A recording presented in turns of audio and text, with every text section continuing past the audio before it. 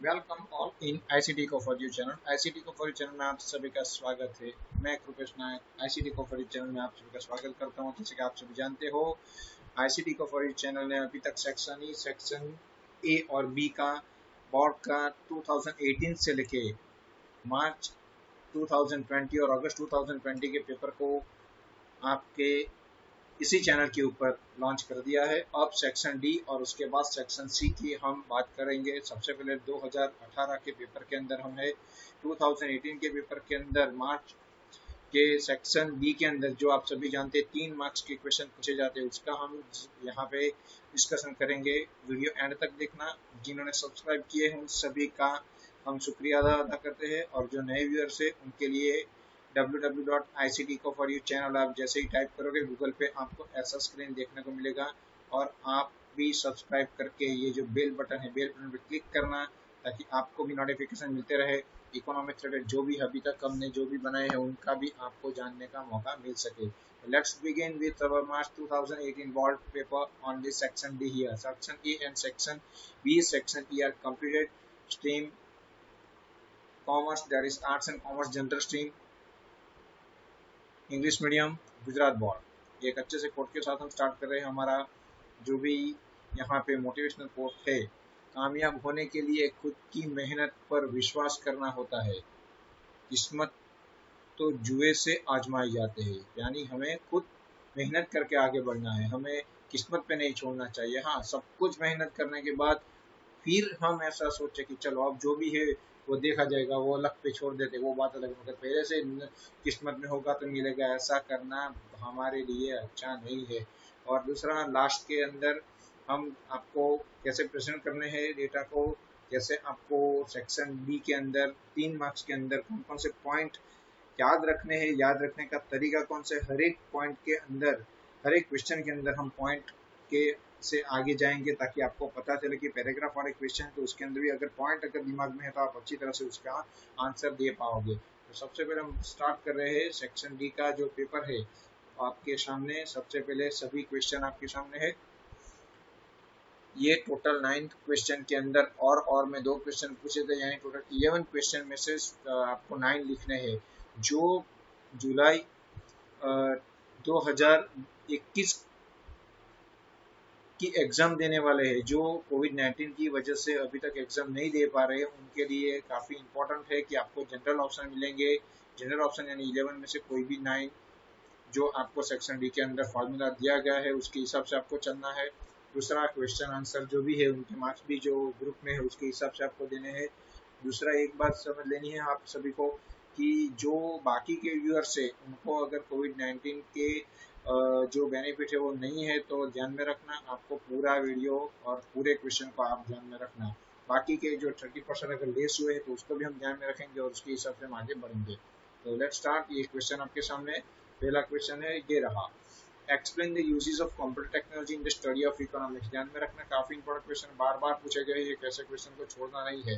अब उनके लिए आंसर है एसटी, यानी एसटी निगम हमारी बस। एसटी पे पापड़ खाओ। पापड़ खाओ का मतलब पीपीडी यानी पापड़, पीपीडी, एसटी और पीपीडी से हमारा बन जाता है ये पूरा क्वेश्चन आंसर।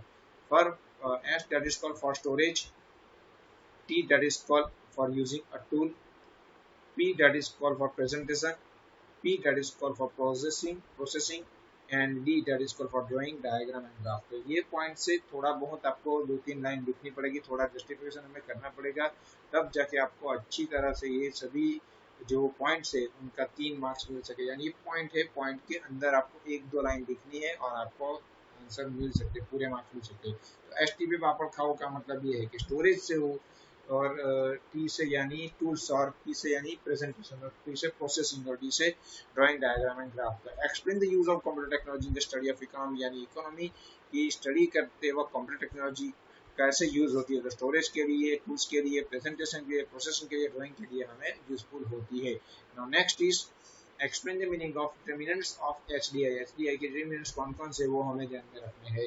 ध्यान में रखना है एचडीआई का सबसे पहले मीनिंग पूछा है, तो मीनिंग आप सभी को पता है, वो आपको अच्छी तरह से लिखना है कि कोई भी कंट्री का अगर हमें डेवलपमेंट जानना है तो ह्यूमन डेवलपमेंट इंडेक्स जो एचडीआई 2000 के अंदर HDR के अंदर रिप्रेजेंट हुआ था, उनके अंदर बहुत सारे इंडिकेट का जिक्र किया था। उसके हिसाब से we are going to discuss the main components or main determinants of HDI. So HDI as an indicator, first point is and introduced in 1990 by the UNDP, United Nations Development Program. ये UNDP ने introduce किया था.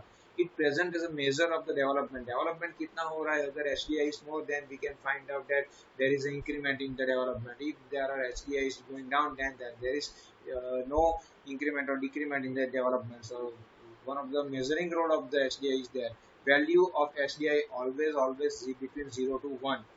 Now determinants की LGTV का knowledge सबको है, ध्यान में रखना है। LGTV का नॉलेज सबको है। LGL that is called life expectancy years, good that is good standard of living, knowledge that is knowledge और एजुकेशन। ये तीन बात होगी, life expectancy, good standard of living और नॉलेज। नेक्स्ट क्वेश्चन के ऊपर हम जा रहे हैं। Explain the monetary functions of reserve bank. Reserve bank के मॉनेटरी फंक्शन काफी इंपॉर्टेंट सेक्शन बी के लिए पूछे गए हैं, बहुत बार क्वेश्चन आए हैं। लास्ट में हम यही कह सकते हैं कि आज के जमाने में 5GB और करेंसी की ही क्रेडिट है, फॉरेनर्स की नहीं।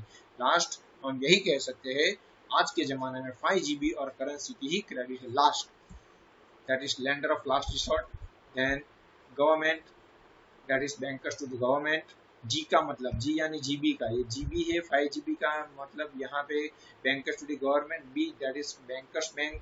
Currency that is issue of currency, then credit and then foreigners, custodian of foreign exchange reserve, ये उनके नॉन मॉनिटरिंग फंक्शंस है। Then of last lender of last resort, last government that is bankers to government, bankers bank, issue of currency, credit control, custodian foreign exchange reserve. ध्यान रखना 6 point के अंदर दो तीन sentence हमें लिखने पड़ेंगे। 3 मार्क्स का क्वेश्चन है तो 6 पॉइंट बनते हैं, तो आधे मार्क्स के एक पॉइंट बनते हैं आपके, तो अच्छी तरह से भी आपको एक्सप्लेन करने पड़ेंगे। नेक्स्ट क्वेश्चन फॉर यू, उनके ऑप्शन में दिए गए right a short note explaining the credit creation functions of reserve bank of India. ध्यान में रखना रिजर्व बैंक के क्रेडिट कंट्रोल के फंक्शन शायद जो 2021 के अंदर जो देने जा रहे हैं, कोविड-19 की वजह से 30% ओमिट हुआ, तो उनके लिए ये शायद ऑप्शन में चला गया होगा, मगर जो बाकी के व्यूअर्स हैं उनको ये समझना पड़ेगा। तो सबसे पहले की पॉइंट पीसी। पीसी यानी हमारे घर पे पर्सनल कंप्यूटर होते हैं। पीसी, पीसी का मतलब by the way primary deposit and second by cash reserve ratio। तो क्रेडिट क्रिएशन का मतलब क्या? The policy process of banks for lending money from primary deposit and thereby credit new deposit and increasing money supply is called credit creation। Credit creation का मतलब यही है कि process of bank की process है फॉर लैंडिंग मनी, दूसरी bank को वो प्राइमरी डिपॉजिट में से अपने पैसे दूसरी बैंक को देते हैं, thereby credit new deposit. इस तरह से उनकी एक डिपॉजिट जो होती है वो नई क्रेडिट होती है दूसरे बैंक के अंदर। And increasing money supply in call is called credit creation. उनकी प्रोसीजर कौन सी है? By the way primary deposit and by cash reserve. First point formula, ये दोनों पॉइंट डीप में डिस्कस करने हैं।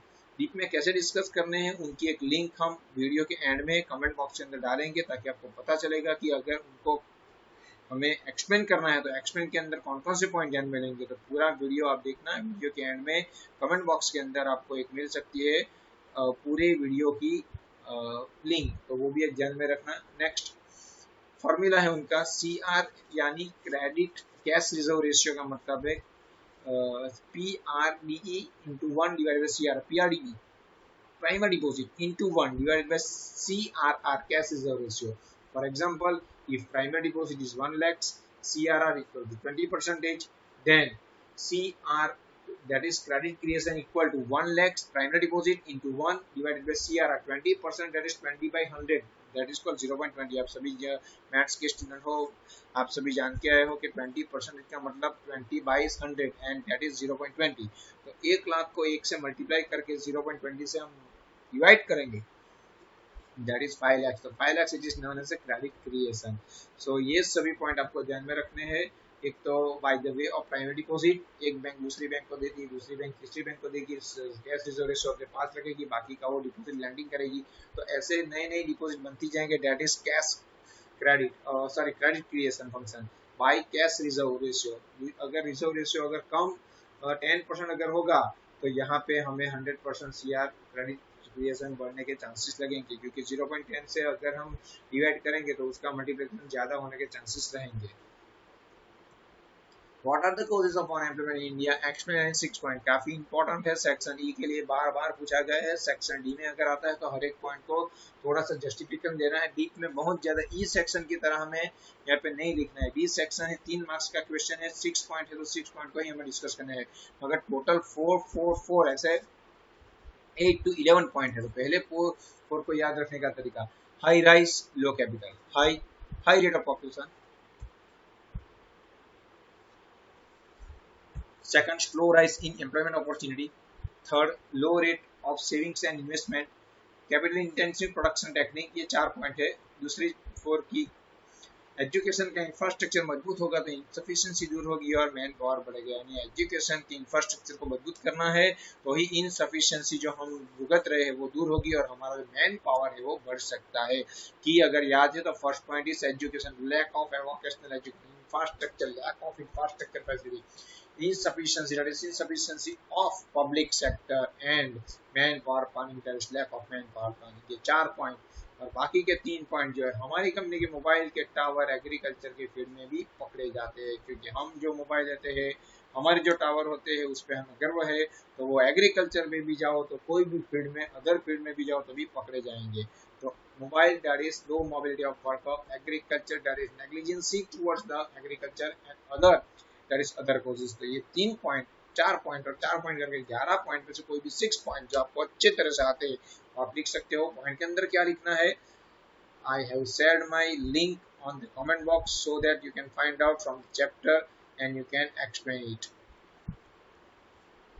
What is major have been taken to control the population in India? Population को control करने के लिए सेक्शन ई के अंदर भी पूछा गया, बार बार पूछा गया, काफी इंपॉर्टेंट क्वेश्चन। उसके मेन पॉइंट के ऊपर हम आगे बढ़ रहे हैं। उनकी कीवर्ड है एजुकेशन एज के हिसाब से इफेक्टिव होगा तो जनसंख्या में एक्सपांशन की कोई चांस नहीं और बदले में इंसेंटिव देना पड़ेगा। एजुकेशन अगर एज के हिसाब से इफेक्टिव होगी, यानी एज के एजुकेशन आपको मिलेंगे, कौन सी एज पे अगर हमें शादी करनी है वो एज के हिसाब से एजुकेशन इफेक्टिव मिलेगा तो कोई चांस नहीं है एक्सपांशन के, किसके, जनसंख्या के एक्सपांशन के कोई चांस नहीं है। बदले में गवर्नमेंट को हमको इंसेंटिव देना पड़ेगा। तो पहले education, mass education awareness, second increase in the age of marriage and raising the status of woman, third effective, that is effective family planning programme, then after incentive that is expansion in expansion in medical service and growth in its effectiveness and incentive and disincentive. ये सभी point को है आपको अपने हिसाब से अच्छी तरह से डिस्कस करने के लिए रखे हैं। पॉइंट को अंदर अच्छी तरह से डिस्कस करना, मार्क पूरे मिल सकते हैं। इजी क्वेश्चन है, उनकी लिंक मैंने कमेंट बॉक्स में कर दी है तो आप अच्छी तरह से उनका भी यूज कर सकते हो। Now next, what are the causes behind the low agriculture productivity in India? ईंटों से घर बनेगा, ईंटों से घर बनेगा। हमें कोई भी यहाँ पे सेक्शन डी के लिए कोई भी हमें इंस्ट्रक्शन नहीं दी तो हमें ये सभी पॉइंट के ऊपर कॉन्सेंट्रेट करके तकरीबन 1 पेज से 1.5 पेज तक हमें उनका डिस्कशन करना पड़ेगा। ईंटों से घर नहीं बनेंगे, मेन जो रीजन है वो आपको इन्फॉर्म करने पड़ेंगे, इंस्टीट्यूशनल, टेक्नोलॉजिकल और अदर्स। अब इंस्टीट्यूशनल के बारे में बात करें तो किसान को रेवेन्यू कम मिलने पर फाइनेंशियल प्रॉब्लम होगी और उनको मार्केट से पैसे मिलने पर सोशल स्टेटस सुधरेगा। यानी अगर किसान को हम पैसे नहीं देंगे तो उनको फाइनेंशियली प्रॉब्लम होगी, दैट इज किसान को रेवेन्यू नहीं मिलने पर फाइनेंशियल प्रॉब्लम होगी। तो क्या करेंगे, वो मार्केट में जाएंगे, मार्केट में जाके पैसे ले आएंगे और अपना सोशल स्टेटस जो है वो इम्प्रूव करेंगे। तो किसान को रेवेन्यू, किसान कुछ नहीं है, रेवेन्यू अंडरलाइन है वो अगर इम्पोर्टेंट है। लैंड रेवेन्यू कलेक्शन सिस्टम से हमारी एग्रीकल्चर प्रोडक्टिविटी लो हुई, एग्रीकल्चर मार्केटिंग नहीं है, एग्रीकल्चर फाइनेंस नहीं है, एग्रीकल्चर मार्केटिंग नहीं है, रूरल सोशल स्ट्रक्चर और टेक्नोलॉजिकल फैक्टर। ये सभी पॉइंट, ये 4 पॉइंट है, वो 4 में से कोई भी 3 आप लिख सकते हो, या कुछ नहीं बोला है तो आपको हर एक पॉइंट को डिस्कस करना पड़ेगा। Technological factors, that is bullock को छोड़ो, पेस्टिसाइड को यूज करो, use of bullock instead of modern means, use very less pesticides and other factor. यानी अभी भी बुलक कार्ड से एग्रीकल्चर के अंदर देख रहे बहुत सारा प्रोडक्शन होता है। We are not put up the bullock instead of modern, हम मॉडर्न इक्विपमेंट को यूज नहीं कर रहे। Use of less pesticide, pesticides के भी हम डेटा देखे तो बहुत सारे धीरे धीरे कम होते जा रहे हैं। अदर फैक्टर्स भी है, पॉपुलर से प्रेशर, पॉपुलर के प्रेशर से इकोनॉमिक प्लानिंग बिगड़ता है, ये कीवर्ड्स है। पॉपुलेशन का प्रेशर यानी first is pressure of population and economic planning, यानी लेक ऑफ इकोनॉमिक प्लानिंग। 3 जो पॉइंट है पहले, उसके बाद के 3 पॉइंट, 4 पॉइंट और उसके बाद के 2, ऐसे 4-5 पॉइंट मिला के आपको जितने पॉइंट याद रहते हैं 6 मिनिमम 6 तक आपको कंप्लीट करना है। 6 पॉइंट तो होने ही होने चाहिए at least. Different between domestic trade and foreign trade, very very very very very important, काफी इंपॉर्टेंट है। फॉरेन ट्रेड और इंटरनल ट्रेड के बीच डोमेस्टिक ट्रेड जो है वो बात अलग है, मगर डोमेस्टिक ट्रेड के अंदर जो भी बात नहीं है वो इंटरनेशनल ट्रेड में बात है। इसलिए यहाँ पे इंटरनेशनल ट्रेड जो है उसके अंदर ध्यान में रखना है कि डोमेस्टिक ट्रेड क्या है, फॉरेन ट्रेड क्या है, उनके बीच का डिफरेंस क्या है।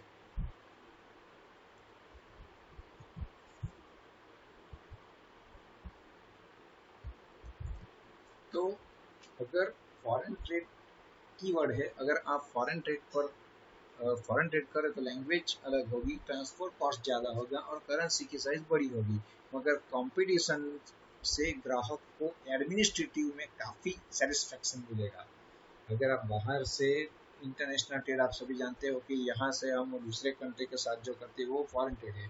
तो फॉरेन ट्रेड में क्या है, लैंग्वेज अलग अलग है, ट्रांसपोर्टेशन कॉस्ट ज़्यादा है, करेंसी भी ज़्यादा है, उसकी साइज भी बड़ी है, मगर कंपटीशन में जो कस्टमर होंगे उनको सेटिस्फेक्शन ज़्यादा मिलेगा एडमिनिस्ट्रेटिवली। तो लैंग्वेज अलग, transportation cost, currency size, degree of competition, administrative and legal system and currency, consumer satisfaction, ये 7th नंबर के क्वेश्चन के अंदर आया। अब उसके और अगेंस्ट में, सॉरी ऑप्शन में, right A short note on direction of the foreign trade off India. ध्यान में रखना, ऐसे क्वेश्चन के अंदर थोड़ा हमें ध्यान रखना पड़ेगा। डायरेक्शन का मतलब ये है कि वेरियस कंट्री से इंपोर्ट और एक्सपोर्ट के डेटा को ध्यान में रखना, जो उनके वर्ड है वो अच्छी तरह से समझ लेना है। उनको डायरेक्शन पूछा गया है, कीवर्ड है, डायरेक्शन से स्टार्ट होती है। डायरेक्शन का मतलब ये है कि वेरियस कंट्री के इंपोर्ट एक्सपोर्ट के डेटा को ध्यान में लो। इंपोर्ट एक्सपोर्ट में कौन से डेटा ध्यान में लेने हैं, वेरियस करेंसी के इंपोर्ट एक्सपोर्ट के डेटा को ध्यान में लेना है। मगर डायरेक्शन का मतलब ये है, डायरेक्शन का मतलब ऐसा होता है कि वेरियस कंट्री के इंपोर्ट एक्सपोर्ट के डेटा को ध्यान में लो। तो direction of foreign trade means उसका जो डेफिनेशन है वो हमें ध्यान में लेना है। Second, requirements for relation with various country. Second, import data from UK, USA, Russia of OPEC countries and developing countries, export data of UK, USA, Russia. ये 4 पॉइंट है। पॉइंट के अंदर क्या लिखना है मैंने आगे भी बोला है, वीडियो को देखना। 9 चैप्टर के अंदर जो भी आपने फुल चैप्टर देखे है उसके हिसाब से हमें ये बात ध्यान में रखनी पड़ेगी कि क्या हमें लिखना है उसके अंदर। तो ये 4 पॉइंट से आपको डिस्कस करना है। थोड़ा बहुत c section, b section 3 marks के होते हैं, उसके हिसाब से आपको लिखना पड़ेगा। Discuss the importance of the small scale industries in India. Small scale industries की इंपॉर्टेंट, काफी इंपॉर्टेंट है, ध्यान में रखना। अगर बैंक में लो बैलेंस हो तो हेल्प करके प्रोडक्टिव रोल अदा करो। अगर बैंक में पैसे ही कम है, लो बैलेंस है, तो क्या करना है हमें, दूसरों को हेल्प करो और प्रोडक्टिव वर्क अदा करो। तो लेस एल पे से लेस कैपिटल, मोर एम्प्लॉय। ओ पे से ownership of small individual. Balance, that is balanced regional development. Help, that is help in earning foreign exchange. Productive, that is do productive activity with agriculture product, forest producer, animal waste, etc. produce. Then 6 point role that is play complementary role for the medium and large scale industries. तो ये 5-6 point है जो line sir लिखे हैं, उनके हिसाब से you have to discuss in your section B। ये सिर्फ गाइडलाइन है, ये सिर्फ पॉइंट है, ध्यान में रखना। पॉइंट से आपको रास्ता मिलेगा और अच्छी तरह से आप आगे बढ़ सकोगे। Now what is the meaning of migration, explain the various type of migration. लेकिन किंतु परंतु ये जो एक्सप्लेन करना है वेरियस टाइप्स को, तो उनको 2 मेन पॉइंट है। लेकिन किंतु परंतु के अंदर पी और r, p that is place based, r that is region based. First place based को, प्लेस बेस्ड के अंदर अपने इंटर में देखो, इंटरनेशनल को छोड़ो, यानी इंटरनल माइग्रेशन, इंटरनेशनल माइग्रेशन, ध्यान में रखना। अपने इंटर को छोड़ो, इंटरनेशनल को ध्यान में, इंटर में देखो, इंटरनेशनल को छोड़ो। सेकंड, रीजन बेस के अंदर 2, अगर पुल करके ना मिला तो पुश करो, अगर पुल करके ना मिले तो पुश करो। Migration due to pull factor, migration due to push factor. ये माइग्रेशन के वेरियस टाइप के पॉइंट है, उसके अंदर आपको लिखना पड़ेगा, तब जाके मार्क्स मिलेंगे। राइट उनके ऑप्शन में right short out on Indian railway, ध्यान में रखना इंडियन रेलवे की इम्पोर्टेंट काफ़ी है। इंडियन रेलवे के अंदर से जो भी हम यहाँ पे आपको समझाने वाले हैं उसके अंदर सेक्शन डी के अंदर जो आपके टेक्स्ट बुक, नोटबुक या आपके डाइजेस्ट या आपके पैम्पलेट के अंदर पॉइंट नहीं है, आपको पॉइंट के साथ याद रखने के लिए जो कीवर्ड्स है, 1853 को बॉम्बे में 22 माइल की एशिया की नंबर 1 और वर्ल्ड की नंबर 4 रेलवे स्टार्ट हुई, जिसमें 8,200 पैसेंजर 970 गुड्स मॉडर्नाइज हुए, ध्यान में रखना। 1853 that is the starting in 16 April 1853, between which Bombay और थाना के बीच एक पहली स्टार्ट हुई। पहली जो थी वो कितने माइल की, 22 miles means approximate 34 kilometre long Asia की पहली रेलवे स्टार्ट हुई थी। Then Asia number 1 railway department जो है वो पूरे एशिया में नंबर 1 है, second number 4 in the world. और next is passenger travel 8,200 million 970 million tons of goods and concept of modernisation railway department. ये 8 पॉइंट में आपको ये पूरी शॉर्ट नोट कहाँ से कहाँ तक जाएगी उसका अंदाजा मिल जाएगा। तो ये सभी पॉइंट हमने डिस्कस कर दिया आपके साथ, अच्छी तरह से इनको देखो, पॉइंट को याद रखो। पॉइंट याद रहेंगे तो सेक्शन डी के अंदर भी आपको कहाँ से कहाँ तक निकला है, कितना लिखना है वो आपको पता चल जाएगा। प्रेजेंटेशन हम नेक्स्ट वीडियो के अंदर आपको समझाएंगे कैसे प्रेजेंट करना है, तो देखते रहे वीडियो मेरे साथ। आपको नेक्स्ट वीडियो के अंदर मिलेगा जुलाई 2018 के इकोनॉमिक्स के सेक्शन डी का पूरा इसी तरह से की वाइज अच्छी तरह से याद रखने के तरीके और प्रश्न करने के तरीके याद रखना। ये पॉइंट है, पॉइंट के अंदर थोड़ा बहुत लिखना पड़ेगा। सेक्शन ई जितना नहीं मगर सेक्शन डी के 3 मार्क्स के हिसाब से हमें लिखना पड़ेगा। तो कितना लिखना है वो आप कमेंट बॉक्स में देखोगे तो आपको एक पूरे चैप्टर की लिंक मिलेगी, वो लिंक के ऊपर क्लिक करना तो पूरा चैप्टर आपको समझ में आ सकता है। तो keep watching ICT for you for more updates. Thank you for the day, have a nice day.